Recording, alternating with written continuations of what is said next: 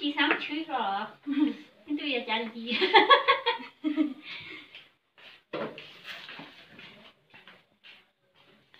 tôi sẽ bù chín đâu thế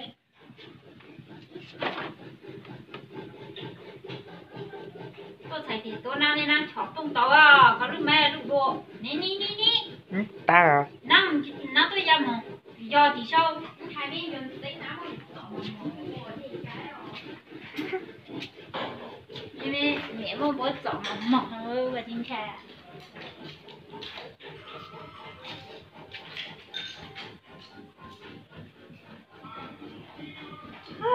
大红都打起滚了点我弄点知道啊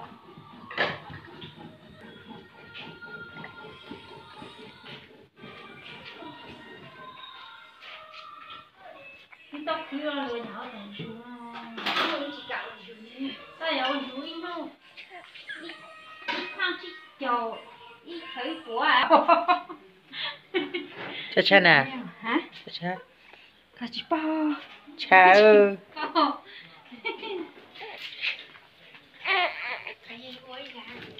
như mẹ hỏi là nó làm mà nhỉ bao chiều rồi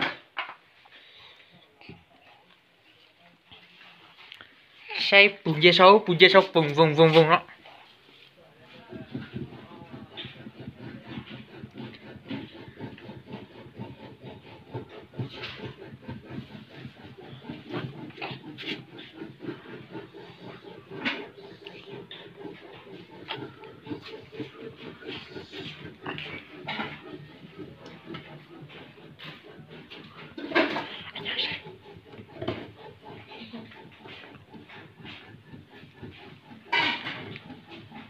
nè Lưu xa mi mi à Papa này gì à vợ tại vì đi rồi Papa này lại ya ya ta lu và ca là ya ya là lu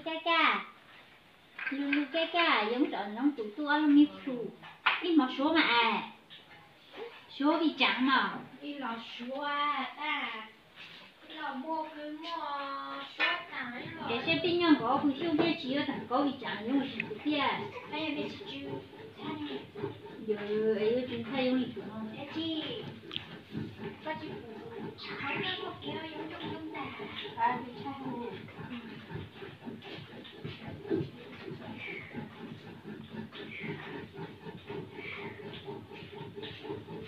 anh xem đây đây anh xem anh con chia chế rồi chứ xin cái nào con chia một trăm một nó được thế là có tặng cho một cái gì kia làm chuyện thì mấy nói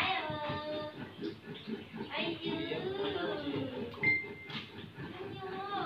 itu cuma menyandung kapsul layan tuh hanya bây giờ con ơi thì cứ chăm sẽ dùng trong mỏ cái nhà đi luôn hai chặt trời mỏ rất là nấu là có mỏ đâu nè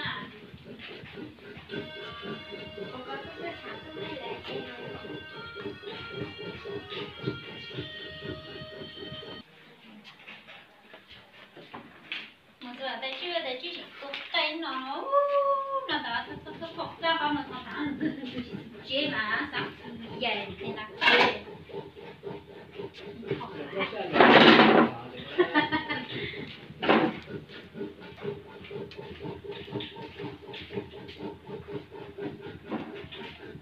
xem này bị vén thẳng những họ cũng đi thẳng nó tông cho họ thì nó không đâu nó cái này số số ăn gì con là tôi muốn nào chị mới nhẹ con may cậu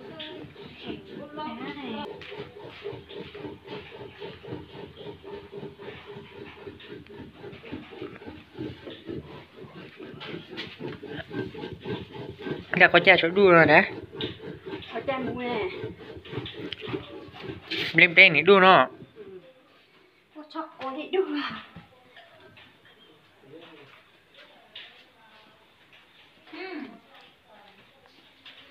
vậy đi ha đi nè nó ăn hậu ấy mà ăn nó hậu ấy đã so có là nó dễ có còn có chạy tàu ấy chứ lo à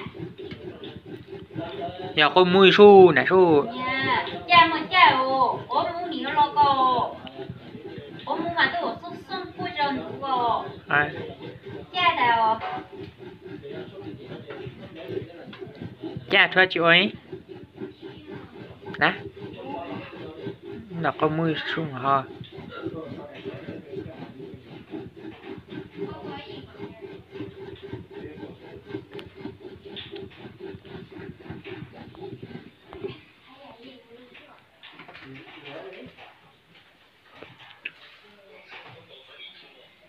nó chỉ gì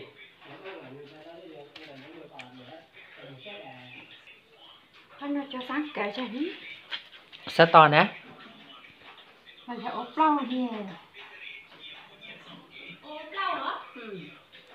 chứ là to ta chỉ tới có chỉ ra nè thấy nó rồi à thấy nó sai à thế tao chứ hả em thấy có sai bút thấy con chỉ lý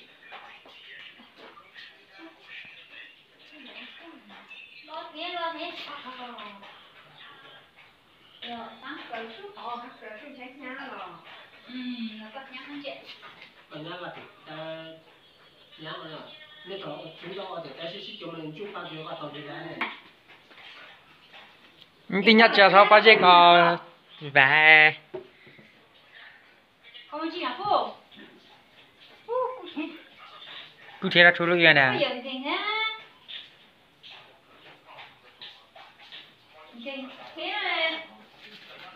còn thì nó ấy chứ nó đã ăn thì nó chênh á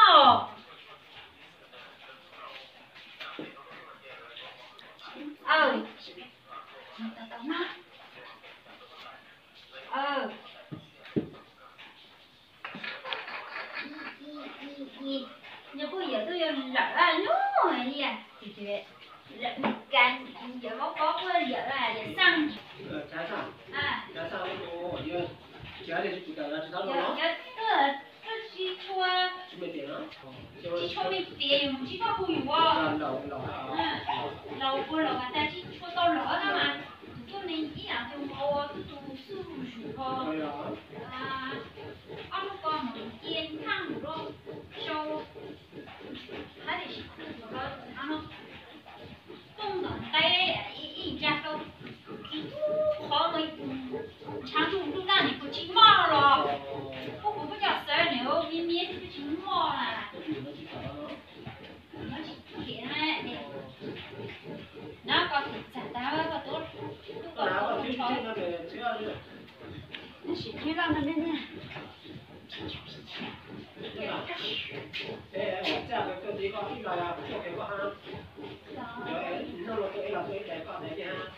tôi đánh sợ nếu là chỉ lò mò nếu là chỉ cũng cho của bị chiều và cho của tụ của trâu ấy chỉ chê rồi hả thôi đã bằng thôi nhưng con đạt gì này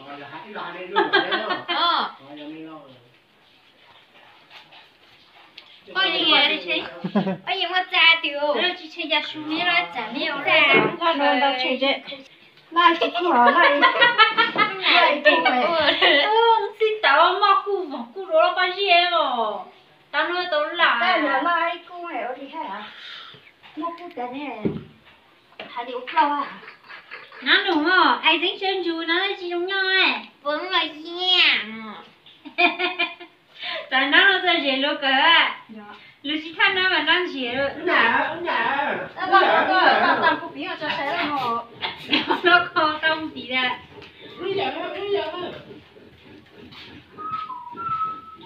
xe non bao nhiêu to tàng hả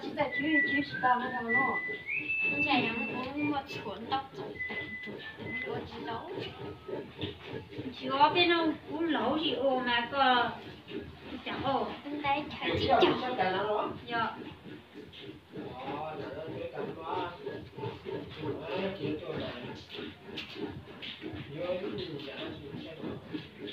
cái tôi lợn rồi. Nó sẽ khởi chú也是这边有个，要打对了，要比如要进去咯，要那么些打不着，有的干其实是就是这，这是口条啊，随便做啥都不干。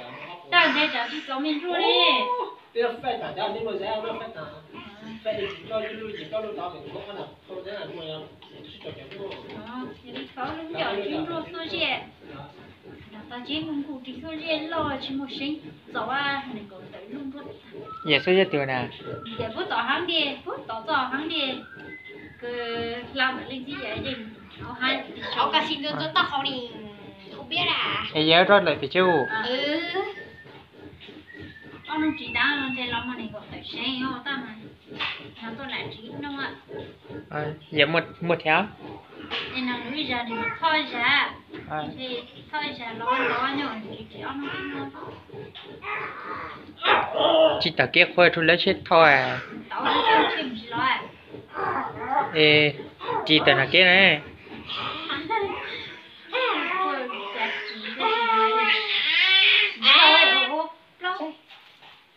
Say được chẳng không? Cả chị phụ ha, khó phụ. Sai menu ha. Ồ, cho nay vô nó ra. Ôi thấu đó, cháu ôi ra. Ủa, mình mới tại nó. Ủa, đó sao ủa phải ra nhau. Ôi cháy nhá này. Ủa, cái chỗ tốt đó nó là chị chú à. Chả chú. Con à. Họ đúng cái chỗ chú chị lo rồi. Là chú chị Khó căng. Thấy rằng nó đừng lo.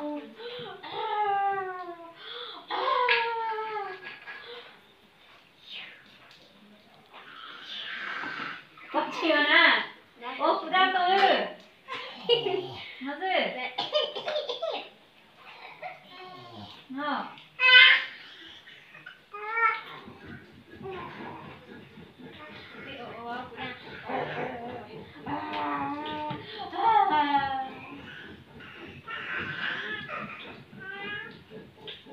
Chị lẽ gọi là nó khác gọi chị là gì nhỏ à. Rồi, chị sẽ nhớ nhắc con phải rất dễ nữa. Nhớ khuôn mặt sao. Nhớ nhung tới rồi chị cứ đợi từ ai chỉ có nó chỉ phải có nó chỉ thì chị cho rồi. Cha chị tới rồi.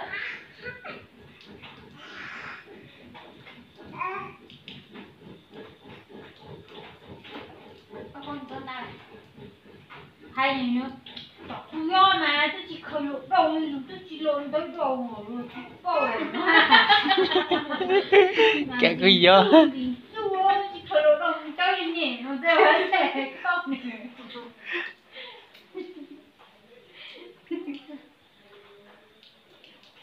Cái chuyện đang kín kìa không ạ? Ôi lúng mấp lại thì cô lúng cần tới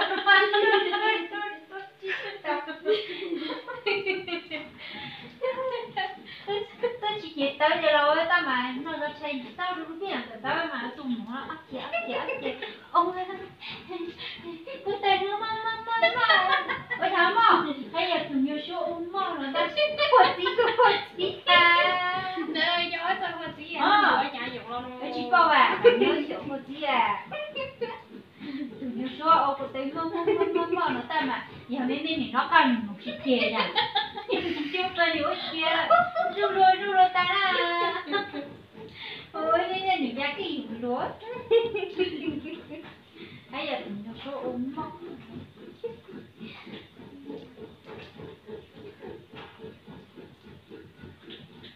ông thằng kia ông nào chơi cho sang con nó tụi ông qua mà lỗ cái thư qua mà thư mà ông à cút thì nó à cút luôn à phụ mà lỗ còn mà lỗ cái thư phụ tới mơ thì phụ một cái tới nó gền á ya su lấy cái Ai, một cái gì hay à? có cái gì thư Cái sẽ tỉnh như thế nào? là thầy tặng nó là buổi tàu dùng nó là buổi tàu dùng chỉ một mà có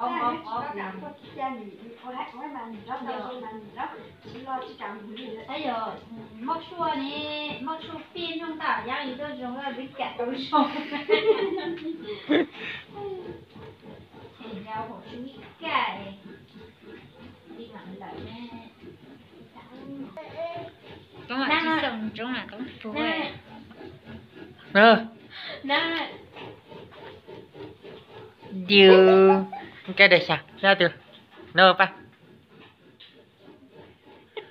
nè hà rồi lên chi à có thể thật ra là tình cả tao nghĩ nó không mở ra cho gì đâu bây giờ dạ